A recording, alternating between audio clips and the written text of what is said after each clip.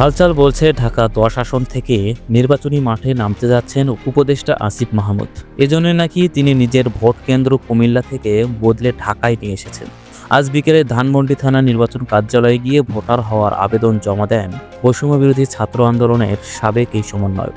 রাজনৈতিক অঙ্গনে গুঞ্জন, বিএনপির মনোনয়ন নিয়েই প্রতিদ্বন্দ্বিতা করবেন তিনি।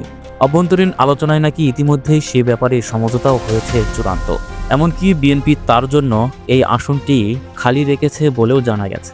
যদিও দলটির ব্যারিস্টার ওয়াসিম বহু বছর ধরে এই এলাকায় প্রচারণা চালাচ্ছেন, তবুও ২৩৭ জনের প্রাথমিক তালিকায় তার নামটি পাওয়া যায়নি। নতুন সীমানায় গঠিত ঢাকা ১০ আসনটি ধানমন্ডি, নিউ মার্কেট, কলাবাগান ও হাজারীবাগ থানা জুড়ে বিস্তৃত। মজার ব্যাপার হলো, নতুন সীমানায় এখন পর্যন্ত একটি সুষ্ঠু নির্বাচনও এখানে অনুষ্ঠিত হয়নি। পুরনো সীমানায় ২০০৮ সালের নির্বাচনে বিএনপির হেভিওয়েট নেতা এম এ কাইয়ুমকে বিপুল ব্যবধানে পরাজিত করেছিলেন আওয়ামী লীগের রহমতুল্লাহ। এরপর থেকেই এই আসনের সংসদ সদস্য ছিলেন ব্যারিস্টার শেখ ফজলে নুর তাপস।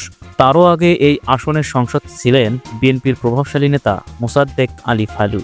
আরও আগে এই আসনে নির্বাচনে অংশ নিয়েছিলেন শেখ হাসিনা, আব্দুল মান্নান ও আব্দুর রবের মতো জাতীয় পর্যায়ের নামকরা নেতারা।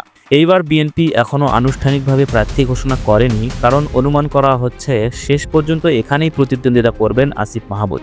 অন্যদিকে জামাত ইসলামী ইতিমধ্যেই তাদের প্রার্থী ঘোষণা করেছে সুপ্রিম কোর্টের আইনজীবী অ্যাডভোকেট জসিমউদ্দিন সরকার। এই জসিমউদ্দিন ১৯৮১ সালে চট্টগ্রাম বিশ্ববিদ্যালয় কেন্দ্রীয় ছাত্র সংসদ ভিপি নির্বাচিত হয়েছিলেন শিবিরের ব্যানারে, বিপুল ভোটে জয়লাভ করে। সে সময় ছাত্রলীগ, ছাত্রদল ও বাম সংগঠনগুলোকে হারিয়ে শিবিরের ইতিহাসে এটি ছিল বিশ্ববিদ্যালয় পর্যায়ে প্রথম বড় জয়।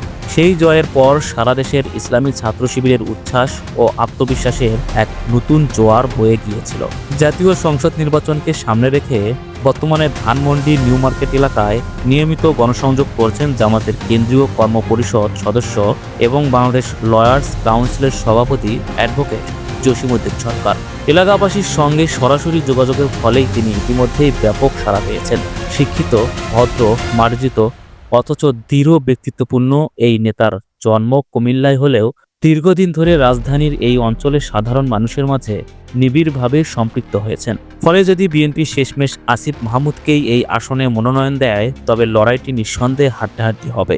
একদিকে জামাতের সংগঠিত প্রচারণা, শক্ত জনসমর্থন, অন্যদিকে বিএনপির আসিফ মাহমুদের তরুণ নেতৃত্ব, সব মিলিয়ে এই আসন ঘিরে উত্তেজনা তুঙ্গে। তবে অনেক বিশ্লেষকের ধারণা, মাঠের জনপ্রিয়তা বিবেচনায় শেষ পর্যন্ত হাসি ফুটতে পারে শিবিরের সাবেক ভিপি জসিমউদ্দিন সরকারের মুখেই। এদিকে সারা দেশে জামাতের উত্থান নিয়ে নানা পর্যবেক্ষণ চলছে। বিশেষ করে দাঁড়িপাল্লা প্রতীক এখন যেন মানুষের মনে ইসলাম ও ইনসাফের প্রতীক হয়ে উঠেছে। কেউ কেউ বলছেন, দাঁড়িপাল্লা প্রতীকের প্রতি মানুষের এমন আবেগ তৈরি হয়েছে যে প্রার্থীকে তা জানার আগেই ভোটাররা কেবল প্রতীক দেখে ভোট দেওয়ার সিদ্ধান্ত নিচ্ছেন। এক কথায় দাঁড়িপাল্লা আজ ধানের শীষ বা নৌকার মতোই পরিচিত প্রতীক হয়ে দাঁড়িয়েছে। জামাতের আমির ডাক্তার শফিকুর রহমানকেও এখন অনেকেই সাধারণ মানুষের নেতা হিসেবে গ্রহণ করছেন। তার সংক্ষিপ্ত গভীর বক্তব্যগুলো রিল আকারে ভাইরাল হয়ে লাখো লাখো মানুষের কাছে পৌঁছাচ্ছে। তার প্রতি মানুষের আকর্ষণ দিন দিন আরও বাড়ছে। একজন লেখক আহনাফ তাহমিদ সামাজিক মাধ্যমে লিখেছেন, কয়েকদিনে নোয়াখালী, ফেনী, রংপুর, চট্টগ্রাম সহ বিভিন্ন অঞ্চলের ভোটারদের সঙ্গে কথা বলেছি।